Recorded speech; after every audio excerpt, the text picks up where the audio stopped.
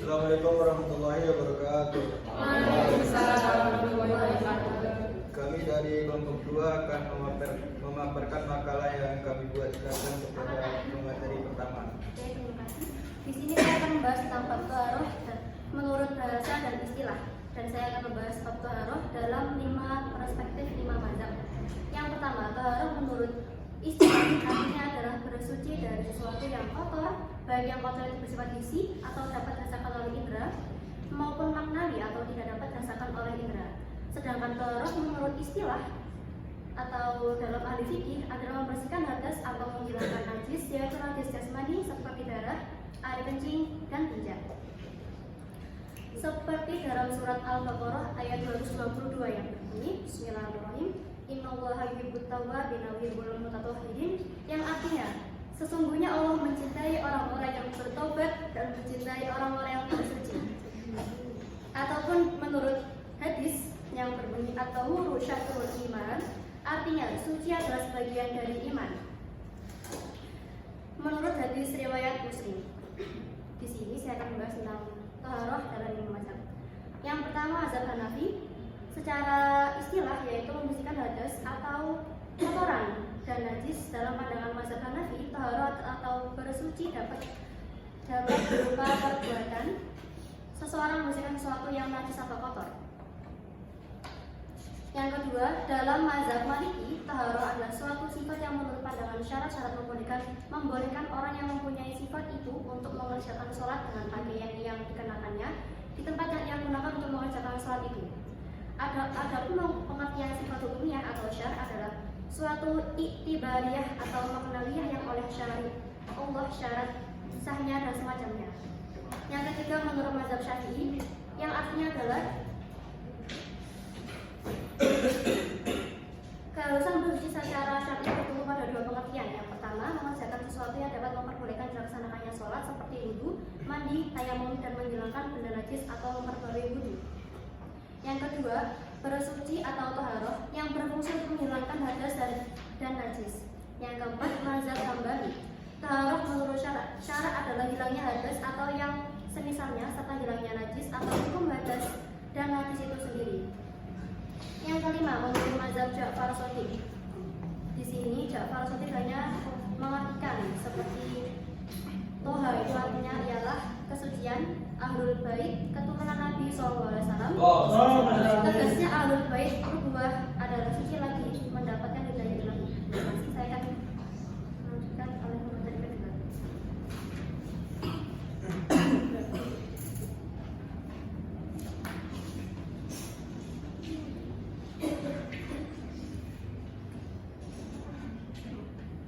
Baik, di sini saya akan menjelaskan tentang wudhu. Secara bahasa, wudhu artinya bersih. Sedangkan menurut istilah adalah cara untuk menghilangkan sesuatu dari hadas kecil dengan syarat-syarat yang sudah ditentukan.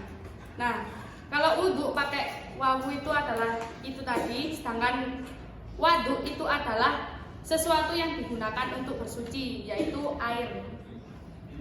Nah, untuk agar wudhunya itu tadi sah, harus memenuhi syarat-syarat wudhu, yakni beragama Islam, tamyiz. Apa itu tamyiz? Tamyiz adalah bisa membedakan antara yang baik dan yang buruk.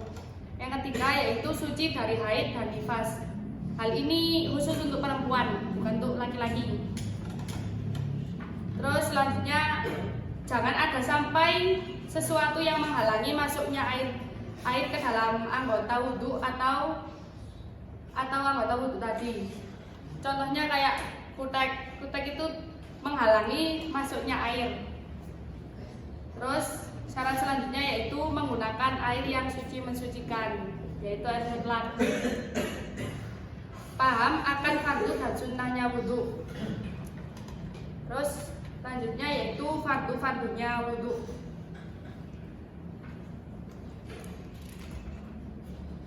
Fardu-fardunya wudhu yaitu yang pertama adalah niat. Yang kedua, membasuh muka. Basuh muka dari tumbuhnya rambut sampai dagu. Yang ketiga yaitu membasuh kedua tangan sampai siku-siku. Yang keempat, mengusap kepala. Tapi ada sebagian ulama yang mewajibkan membasuh seluruh kepala, jadi kayak keramas gitu. Terus yang selanjutnya membasuh kedua kaki sampai mata kaki. Yang terakhir yaitu tertib berurutan. Yang selanjutnya adalah sunah-sunah wudhu. Sunah wudhu ada banyak. Yang pertama membaca basmalah, membasuh kedua tangan sebelum berkumur, terus berkumur, istinsyak, mengusap seluruh kepala. Yang wajibnya tadi hanya sebagian kepala menurut Imam Syafi'i.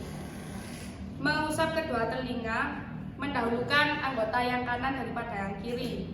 Bersucinya dilakukan 3 kali, wajibnya hanya 1 kali. Dan yang terakhir adalah mualah. Terus pembahasan yang selanjutnya yakni batalnya wudhu. Sesuatu perkara yang membatalkan wudhu, yaitu keluarnya sesuatu dari 2 jalan, yaitu kubul dan dubur. Yang kedua yaitu tidur yang tidak menetapkan pada bumi. Itu apa? Harus nggak boleh apa jenis? Nggak boleh, harus nempel itunya. Terus hilangnya kesadaran sebab mabuk dan lain-lain. Terus bersentuhan dengan yang bukan mahram. Terus yang terakhir yaitu menyentuh kemaluan. Kalau memakai ini, batalnya itu pakai yang ini, pakai yang dalam. Tapi kalau yang luar itu tidak membatalkan. Terus yang terakhir adalah permasalahan kontemporer tentang wudhu. Yang pertama, cara membasuh khuf. Kalau orang wudhu kan itu kakinya harus dibasuh. Nah, kalau orang memakai khuf itu cukup diusap muzahnya aja, nggak usah dicopot. Terus yang kedua, menyentuh Al-Quran. Ketika berhadas itu ada yang membolehkan menyentuh Al-Quran, tapi harus ada artinya. Ada juga yang tidak membolehkan sama sekali ketika berhalangan. Yang ketiga yaitu menyentuh wanita. Ketika kita umroh atau haji itu disunahkan untuk mengikuti mazhabnya Imam Hanafi. Karena kalau mengikuti Imam Syafi'i itu kalau menyentuh wanita itu harus wudhu. Masa kita mau wudhu berkali-kali kan ya nggak mungkin. Terus yang terakhir menyentuh kemaluan yang sudah saya jelaskan tadi. Sekian dari saya. Lanjutkan pemateri berikutnya.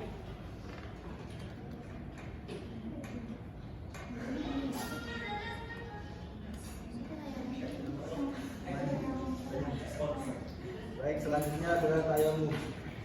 Tayamum adalah sebuah hal yang dilakukan untuk bersuci dari hadas kecil ketika kita mau mengerjakan ibadah. Tayamum sendiri dilakukan karena beberapa faktor, yaitu ketika tidak ada air dan kita mau melaksanakan sholat wajib, maka kita disunahkan untuk tayamum untuk menggantikan wudhu. Dan tayamum sendiri dilakukan menggunakan debu yang suci yang dimana diusapkan ke tangan dan wajah kita seperti yang difirmankan Allah dalam Qur'an-Nya.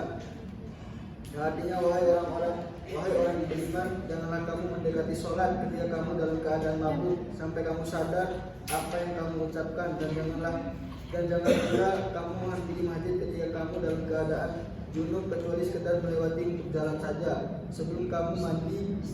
Adapun jika kamu sakit atau sedang dalam perjalanan atau sehabis buang air atau kamu telah menyentuh perempuan sedangkan kamu tidak mendapat air, maka bertayamumlah kamu dengan debu yang baik atau suci. Usaplah wajahmu dan tanganmu dengan debu itu. Sungguh Allah Maha Pemaaf dan Maha Pengampun. Sebab-sebab tayamum. Dalam hal ini atau tayamum itu beberapa ulama ataupun imam mazhab berbeda pendapat tentang hal ini. Adapun pendapat Imam Hanafi, orang yang bukan dalam perjalanan dan ia sehat maka tidak boleh bertayamum dan tidak pula sholat kalau tidak ada air. Mazhab-mazhab lain sepakat bahwa adanya air yang tidak cukup itu sama halnya dengan tidak adanya air, maka tidak diwajibkan selain bertayamum. Adapun menurut Syafi'i dan Hambali, kalau mendapatkan air yang tidak cukup untuk berwudu secara sempurna, maka ia wajib mempergunakan air itu pada sebagian anggota wudu yang mudah dan sebagian yang lain boleh bertayamum. Kalau hanya ada air hanya untuk wajah saja, maka cucilah wajahnya dan yang lainnya tayamum. Cara-cara tayamum. Semua ulama mazhab sepakat bahwa tayamum itu tidaklah salah apabila tayamum tersebut dilakukan apabila tidak tanpa niat. Sampai Imam Hanafi berkata, niat itu merupakan syarat dalam tayamum, bukan syarat dalam wudu. Menurut empat mazhab, yang dimaksud dengan muka adalah mengusap semua wajah yang di dalamnya itu termasuk dalam jenggot. Yang kedua, tangan adalah kedua telapak tangan dan perjalanan hingga sampai kepada siku-siku. Itulah batas tayamum sebagaimana batasnya seperti wudu, dan caranya adalah menepuk dengan 2 kali tepakan, dan yang tepukan pertama untuk mengusap wajah dan yang tepukan kedua untuk mengusap kedua tangan dengan cara dari ujung jari sampai kedua siku-siku. Menurut Imam Hambali dan Maliki, mengusap kedua tangan itu hanya sampai pergelangan tangan, dan yang wajib ya hanya sebagian itu saja, dan juga sampai siku-siku itu adalah sunnah. Semua mazhab sepakat bahwa sucinya anggota tayamum itu merupakan syarat sah tayamum, baik itu yang diusap atau yang mengusapkannya. Juga benda yang digunakan untuk tayamum harus suci. Dari hal ini kita bisa menyimpulkan bahwa tayamum itu diperbolehkan apabila kita tidak menemukan air untuk berwudu dan melakukan sholat, maka wudu itu diganti dengan bertayamum sebelum melakukan ibadah sholat yang lainnya. Di sini saya akan menjelaskan tentang mandi wajib. Macam-macam mandi wajib yaitu junub, haid, nifas, orang Islam yang meninggal dunia. 4 hal ini telah disepakati semua ulama mazhab.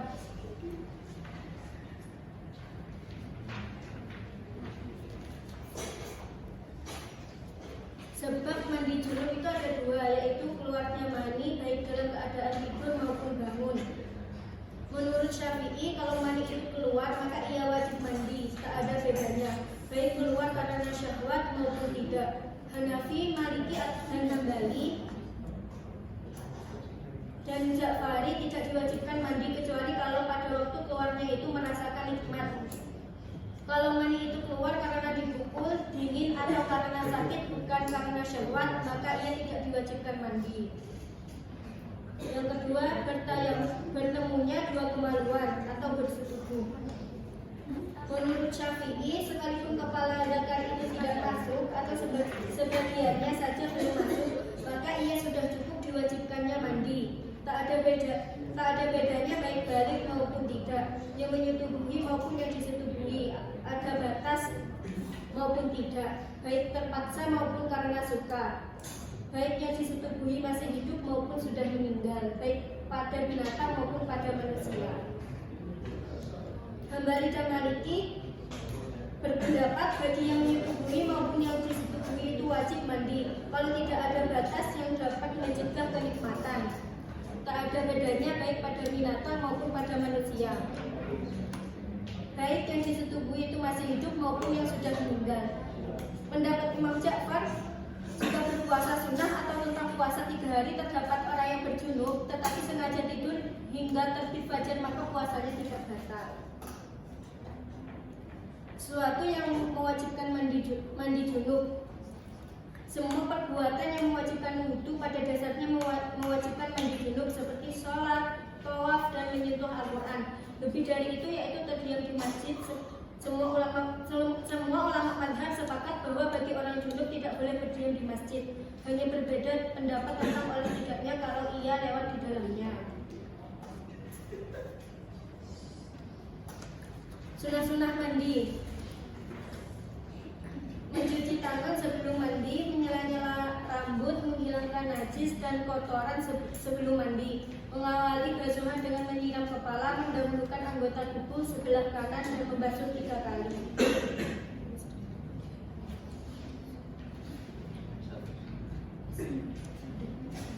Selanjutnya, toharoh dari najis. Dalam beberapa kitab fikih, toharoh dari najis ini disebut dengan istilah toharoh hakiki. Toharoh secara hakiki maksudnya adalah hal-hal yang terkait dengan kebersihan badan, pakaian, dan tempat sholat dari najis. Boleh dikatakan bahwa toharoh hakiki adalah terbebasnya seseorang dari najis. Seseorang yang salat dengan memakai pakaian yang ada noda darah atau air kencing tidak sah salatnya, karena dia tidak terbebas dari ketidaksucian secara hakiki. Toharoh hakiki bisa didapat dengan menghilangkan najis yang menempel, baik pada badan, pakaian, atau tempat untuk melakukan ibadah ritual. Caranya bermacam-macam tergantung dari level kenajisannya. Bila najis itu ringan, cukup dengan memercikan air saja, maka najis itu dianggap telah lenyap. Bila najis itu berat, harus dicuci dengan air 7 kali dan salah satunya dengan tanah. Bila najis itu pertengahan, disucikan dengan cara menyucikan dengan air biasa hingga hilang warna, bau, dan rasa najisnya. Istinja menurut bahasa adalah perbuatan yang dilakukan untuk menghilangkan najis. Adapun menurut istilah syarat, istinja adalah perbuatan yang dilakukan untuk menghilangkan najis dengan menggunakan benda seperti air atau batu. Jadi, istinja berarti menggunakan batu atau air. Istinja dapat diartikan juga sebagai tindakan menghilangkan najis yang kotor meskipun najis tersebut jarang keluar seperti darah, air mani, dan air wadi. Pembersihan itu juga bukan dilakukan begitu saja, melainkan dilakukan ketika ada keperluan saja, yaitu dengan menggunakan air ataupun batu. Istinja juga dapat diartikan perbuatan membersihkan najis yang keluar dari hubul ataupun dubur. Oleh sebab itu, ia bukanlah untuk menghilangkan najis akibat karena benda yang digunakan untuk istinja atau istitaba adalah air ataupun bahan lain yang dapat digunakan untuk menghilangkan najis. Syarat-syarat istinja dengan batu. Batu atau benda itu keras dan harus suci serta dapat dipakai untuk membersihkan najis. Batu atau benda itu tidak termasuk benda yang dihormati. Sekurang-kurangnya dengan 3 kali usapan dan sampai bersih. Najis yang akan dibersihkan belum sampai kering. Najis itu tidak pindah dari tempat keluarnya. Najis itu tidak tercampur dengan benda lain meskipun benda itu suci dan tidak terpici oleh air. Sekian dari saya kembalikan ke Musa. Baik, demikianlah pelaporan dari kelompok kami. Mungkin dari teman-teman ada yang mau ditanyakan. Ya, silakan. Baik, terima kasih moderator. Baik, Mas. Tim Keselamatan ini bertanya tentang materinya Nadia tadi tentang mauzah. Jadi ketika wudhu itu kan ketika membasuh kaki itu boleh mengusap kan sepatu ya. Ya, apakah itu masih terlaku di zaman sekarang? Sedangkan mengusap zaman dulu itu bentuknya apa? Terbuat dari kulit, full kulit. Dan sedangkan sekarang banyak sepatu kan pas kain, apa yang bisa terlaku?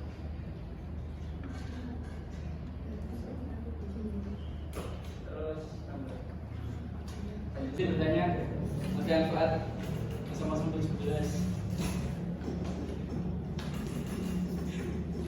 Bagaimana hukumnya wudhu yang kita ketahui biasanya kan di ada bab besar gitu kan, kayak pondok-pondok gitu kan. Ya. Terus kita kan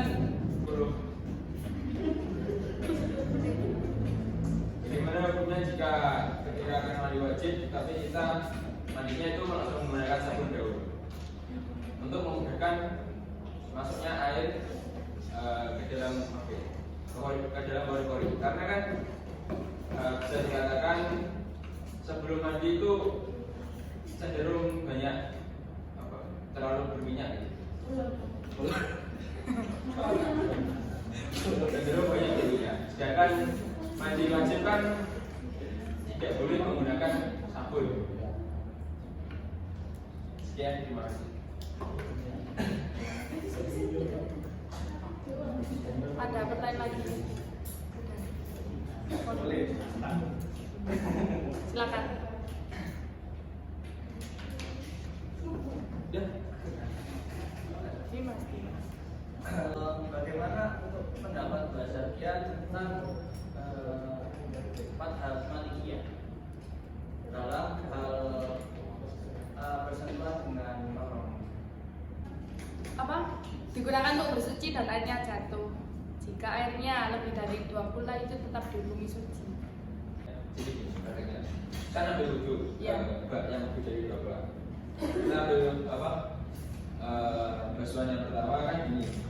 Nah terus kan masih ada airnya kan, kemungkinan kan bisa menetes. Terus untuk pas basuhan kedua itu gini, ambil lagi.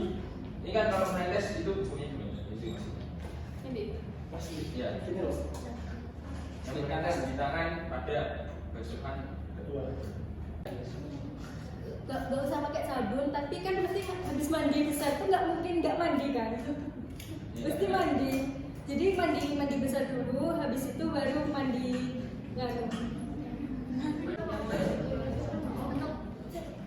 Yang Mas Wati tadi itu nggak apa-apa sebelumnya pakai sabun, soalnya itu sebelum atau sesudahnya itu sah. Karena kan juga itu tadi terhalang banyak kan, jadi biar kan sahnya untuk mandi wajib kan kena harus mengalir airnya itu. Jadi ini nggak apa-apa pakai sabun. Gak apa-apa. Ya. Pertanyaannya yang wudhu terus air itu jatuh lagi ke bak mandinya, itu tidak apa-apa. Seperti kayak mengusap wajah terus jatuh lagi itu nggak apa sih? Soalnya apa? Kalau itu apabila masih 20 atau tidak masih sah. Apabila kurang itu baru itu batal. Apabila kalian mengetahui bahwa itu kurang dari 20, mengapa wudhu di situ? Kenapa nggak mencari yang benar-benar 20 pas gitu, atau lebih dari 20? Kan kalian juga tahu kan hukum fikih itu kalau kurang dari 20 juga kan tetap batal. Bisa juga tangannya itu diniatkan huruf atau cebok, itu bisa. Meskipun sambil gini tuh bisa. Diambil berkali-kali itu tetap suci. Pokoknya niatnya itu tangannya diniatin untuk huruf atau cebok.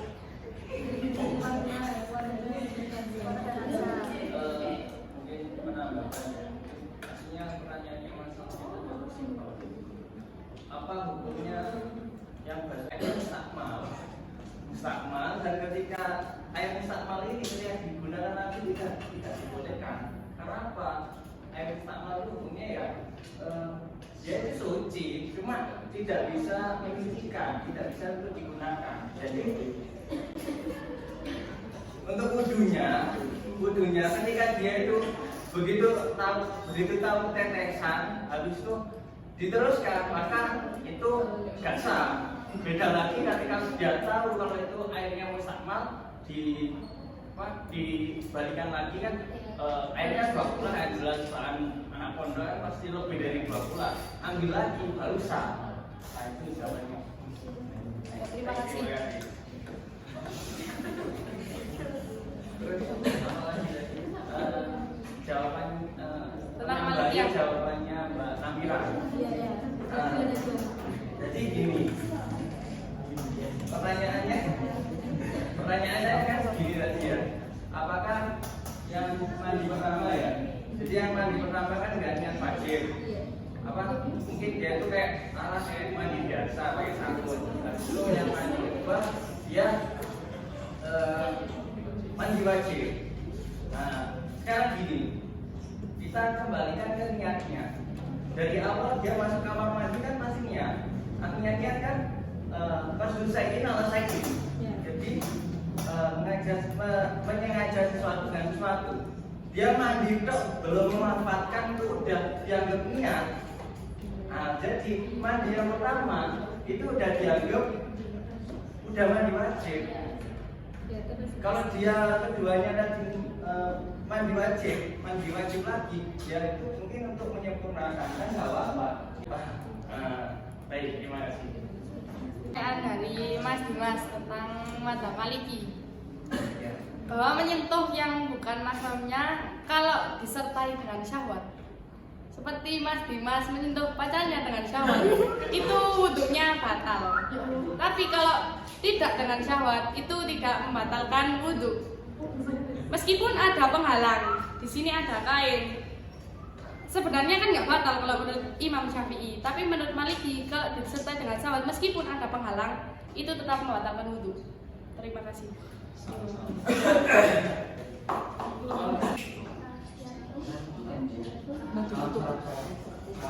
Sekian kurangnya ada yang mohon maaf. Wassalamualaikum warahmatullahi wabarakatuh.